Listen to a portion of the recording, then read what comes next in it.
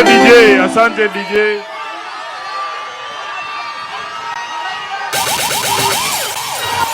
Asanteni. Asanteni, naomba tuketi kwa sababu ya muda. Tafadhali kwa heshima kubwa. Naomba tuketi. Naomba tutulie. Ladies and gentlemen, kindly let's resume our seats. Kindly let's resume our seats. To the President and members of the LSK Council, the Senior Council present here, and other members of the Senior Bar, my colleagues in the legal profession, hamjambo. Hamjambo tena. I hope it won't be too inappropriate if I ask kama munaniona vizuri. Huku munaniona? Mimi ndio Sifuna.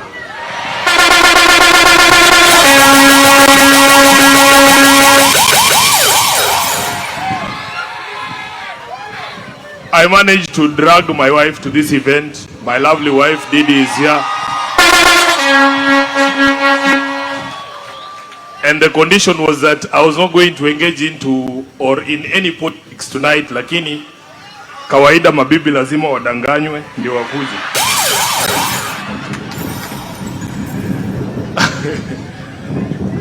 I also want to recognize members of my class from the University of Nairobi. Wako wengi sana hapa.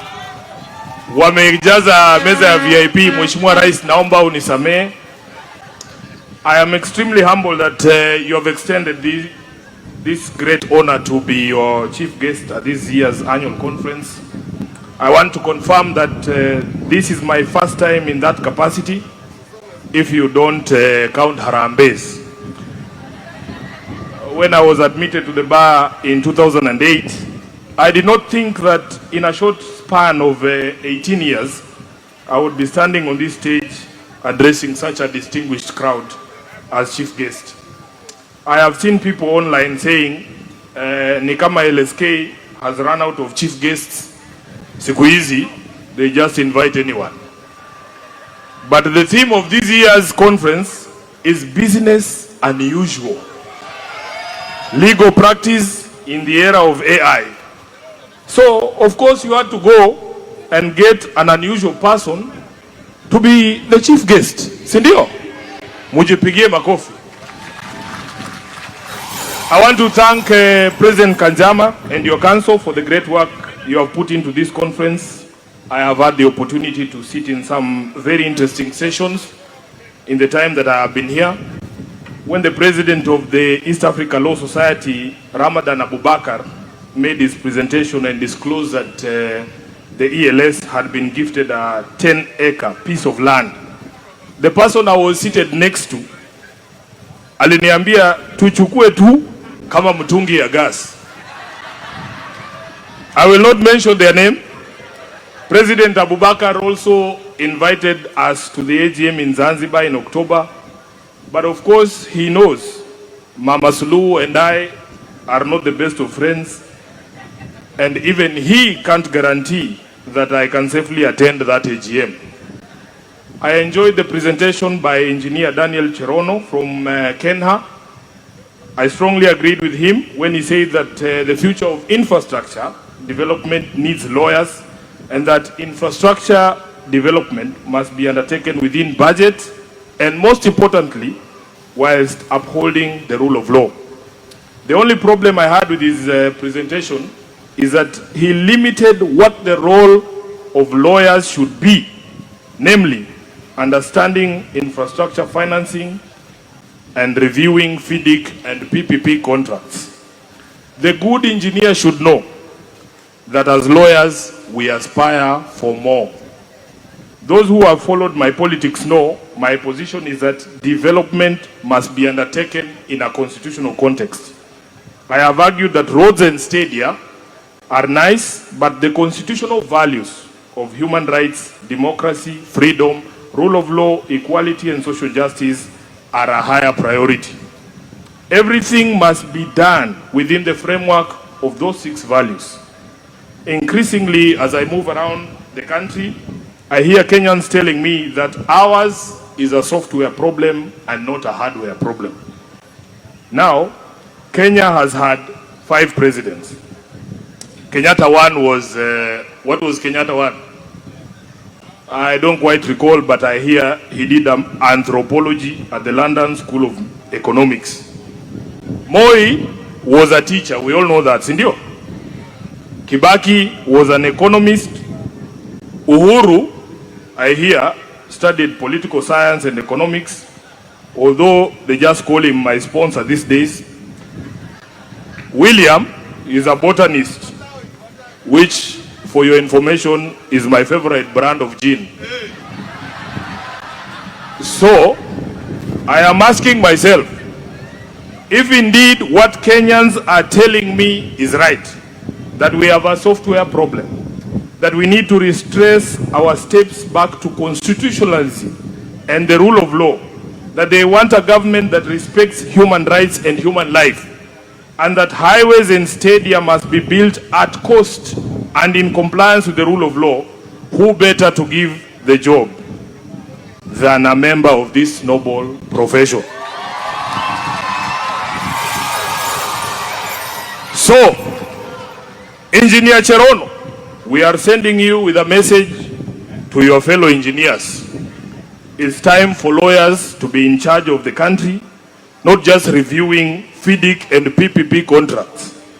Ours is a software problem that only true believers in constitutionalism and the rule of law can fix. After that, we will call you to build the Mombasa Gate Bridge over that Likoni Channel.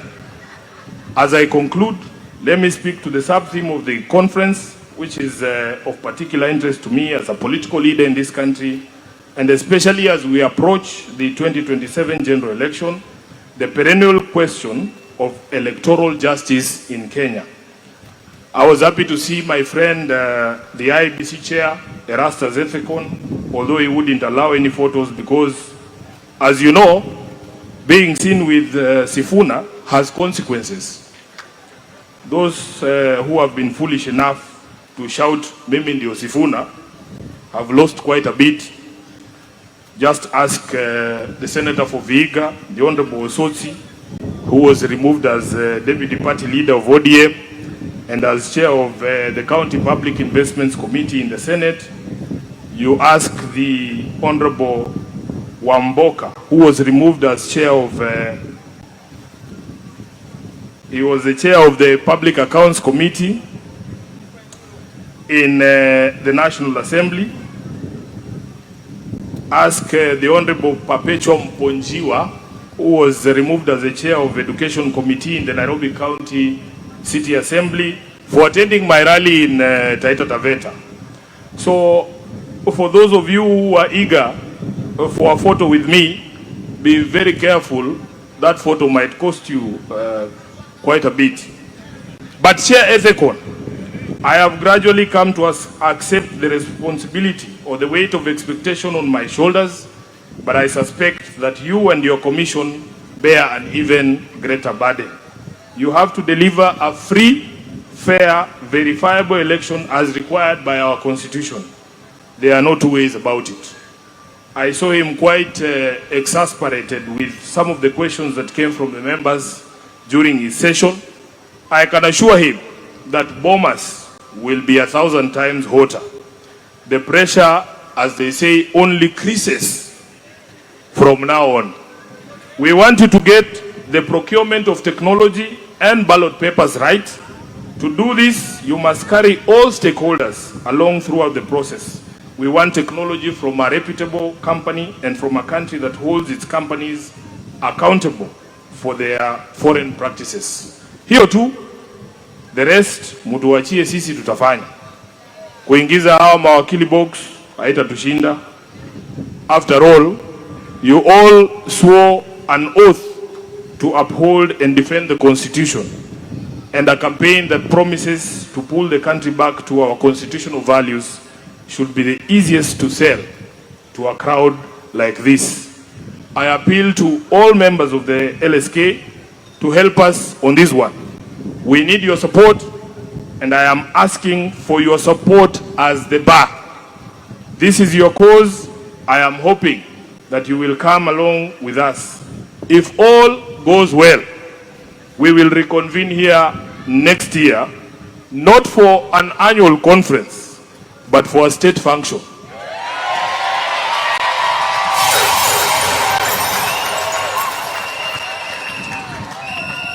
Munanielewa nyinyi?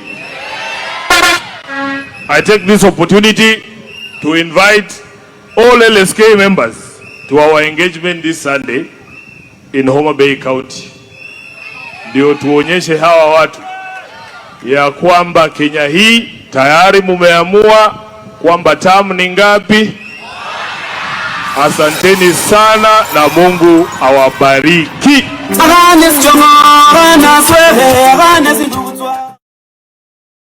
Tutashikana na nyinyi, na mimi nahakikishia kwamba wale wakora, wale sponsors, wale wanatafuta kusponsiwa watashindwa.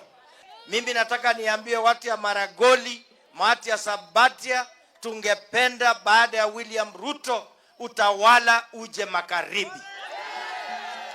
Na majirani wenu ni sisi hapa. Mkituita tunakuja. Nyinyi tukiwataka pia mnafanyaje? Nyinyi hamwezi kukubaliana na wale wakora ambaye wanaamini kwa ukabila. Wengine wanaamini kwa kutumwa, hata wanasaliti nyumbani. Washindwe ama wasishindwe? Waende ama wasiende? Mimi nimefurahi.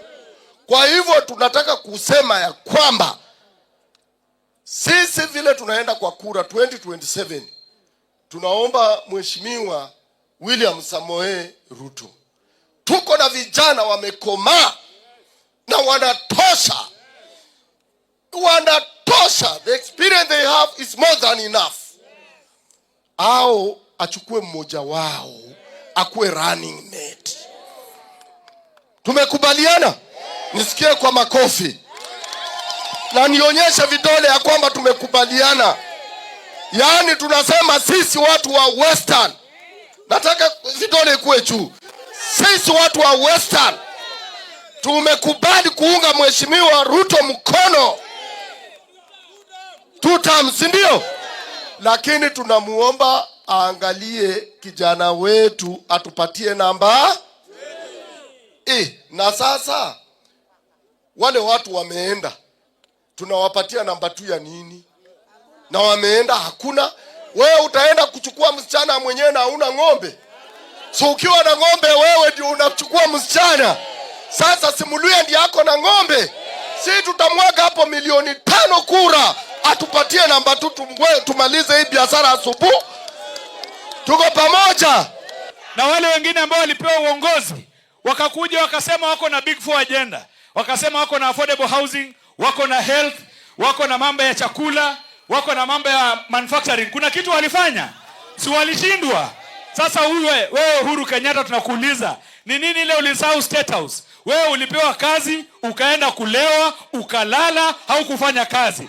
Sasa Mheshimiwa William Samoei Ruto amekuonyesha vile kazi inafanywa. My friend, unakuambia ukichengwa tulia. Si namna hiyo? Wakati yako ulikwisha, wewe potelea huko kabisa. Si namna hiyo?